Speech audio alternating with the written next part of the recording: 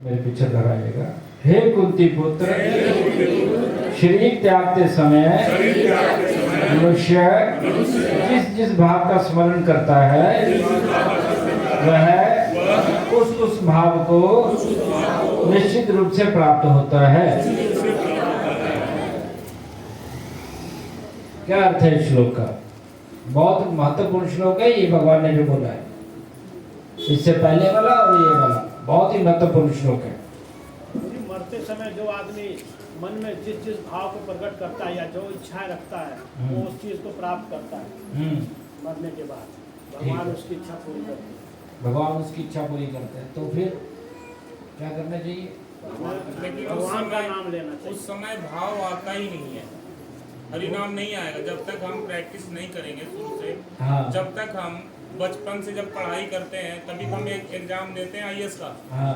तभी पास होते हैं। हाँ। तो हम सोचे हैं कि हरि नाम ले लें लास्ट समय, अभी तो कुछ सब चीज कर लें और लास्ट में हरि नाम ले लें और हाँ। भागवत धाम को चले जाएंगे। हाँ। नहीं जा पाएगा क्योंकि तो उस समय नाम आएगा ही नहीं, हमें प्रैक्टिस करना पड़ेगा। तो अभी हम क्या कर रहे हैं? प्रैक्टिस कर रहे हैं किस चीज की?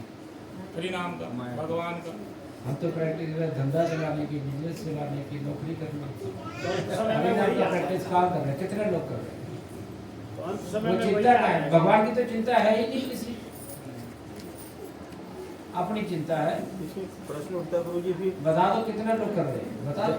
जब भरत भी तो जीवन भर भगवान का स्मरण किए थे, हाँ। पर लास्ट में वो फिर हिरण से शक्ति होने बाद वो फिर कितने परसेंट लोग हैं जो कृष्ण भावना वृत्ति में कर्म कर रहे हैं? तब तो मैं मेरा आ जाती है। हमें तो अभी हम बोल रहे सेंटर के लिए ये आवश्यकता है जी, करना है। सब ये देखेंगे चुन्नी ठन्नी है जेब में तो दे दो, नहीं तो रहने तो बच के निकल जाऊंगा। वो मेरा है, मैं कहाँ से खर्च करूँ? करने वाले करेंगे, है करने वाले भगवान करेंगे। अपने आप करे, तब भगवान अपने आप करे तो भगवान की प्राप्ति कैसे होगी?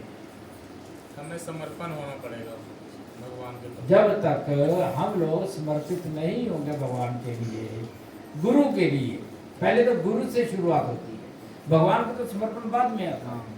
गुरु के सम्मान। ये नहीं, देखिए मैं आपको बात बताऊं, आज समाज के अंदर इसकी चौकी उसकी चौकी है ना, वो गाना बजाना चलता है, लोग नाचते हैं गाते हैं, मजा लूटते हैं, आनंद नहीं लूटते हैं, मजा लूटते हैं, चले जाते हैं। बहुत बढ़िया चाय कॉफी पिया, खाना वाना खाया, बढ़िया पार्टी वार्टी की, चले हो गए जी कीर्तन, चलो हो गया। ज्यादातर ये होता है। अगर हम भी उसी तरीके का करते हैं तो फिर क्या फर्क है? भगवत गीता इतना सीरियस मैसेज है, हमारे जीवन के लिए इतना महत्वपूर्ण है ये, कि इससे ज्यादा महत्वपूर्ण कुछ भी नहीं है। चाहे वो पुरुष हो, चाहे वो स्त्री हो, चाहे वो बच्चा हो, चाहे वो बूढ़ा हो, मृत्यु कभी भी आ सकती है, हमेशा हमारे सर पर बैठी है। अगर हम सोचेंगे कल कर लेंगे, कल आएगी नहीं आएगी, है किसी को गारंटी? अभी हमारे संगम विहार में सेंटर में एक बात है, सिर्फ 40 मनुष्य की आई, अचानक हार्ट अटैक आया, चली गई। अगर कोई सोचे मैं तो भी 30 साल का हूँ, मैं तो भी 22 साल का होगा, 25 का हूँ, मैं 30 का हूँ, मैं 40 का हूँ, मेरे पास तो भी समय नहीं। समय किसी के पास नहीं है, गलत फहमी है। या मैं कुछ साथ ले जाऊंगा, ये भी गलत फहमी है। जितना मर्जी इकट्ठा कर लो, जितना मर्जी संग्रह कर लीजिए, जितना मर्जी इकट्ठा कर लीजिए, एक सुई तो दूर की बात है, सुई की नोक भी आप बराबर कोई चीज साथ नहीं ले जा सकता, कोई भी व्यक्ति नहीं ले जा सकता। ना कोई अरबपति ले जा पाया, ना कोई राजा महाराजा ले जा पाया, ना हम ले जा पाएंगे, ना कोई फकीर ले जा पाया। यहां भगवान आज बता रहे हैं कि इंपॉर्टेंस क्या है, भक्ति की इंपॉर्टेंस क्या है, भक्ति का महत्व क्या है, भक्ति क्यों करनी चाहिए। भाई हम इकट्ठे होते हैं या क्यों इकट्ठे होते हैं? भक्ति की विधियां सीखने के।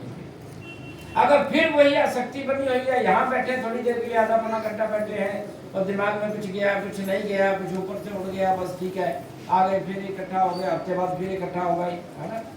जब एक प्रेम रे बता रही 5 लोग आए थे सिर्फ आश्रय क्लास में। मैं तो सीधा थोड़ा स्ट्रेट फॉरवर्ड बोलता हूँ, सख्त तो है ना।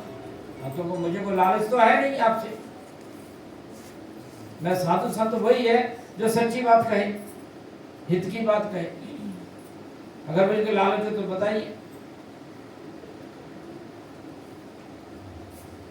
अरे भैया दीक्षा लेने के बाद 22 लोग हैं यहाँ पे, 22 में से 12 लोग नहीं इकट्ठा हो पाते तो फिर फायदा क्या आपका? दीक्षा ली क्यों?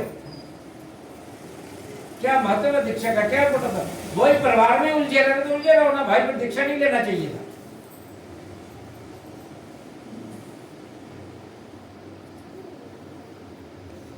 इसका अर्थ ये नहीं हम कह रहे परिवार छोड़ दो, पर आप भक्ति के लिए समय नहीं निकाल पा रहे तो फिर क्या फायदा?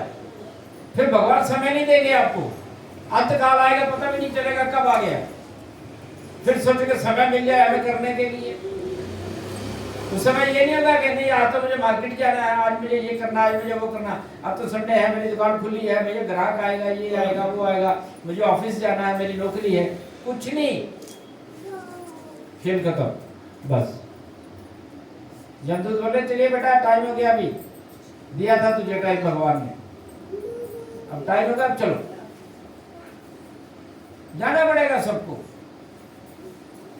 ये किराए का मकान है, अपनी मर्जी से नहीं छोड़ोगे तो धक्के मार के निकाल दे देगा, मकान मालिक निकाल देगा धक्के दे करके। किसी के किराए के मकान पे आप कब्जा कर सकते हो क्या? कर सकते हो क्या? टेम्परेरी कर्जा कर भी लोगे तो कोर्ट करेगा, पुलिस करेगा, आपको धक्के मार के निकालेगा, गुंडे बुलाएगा,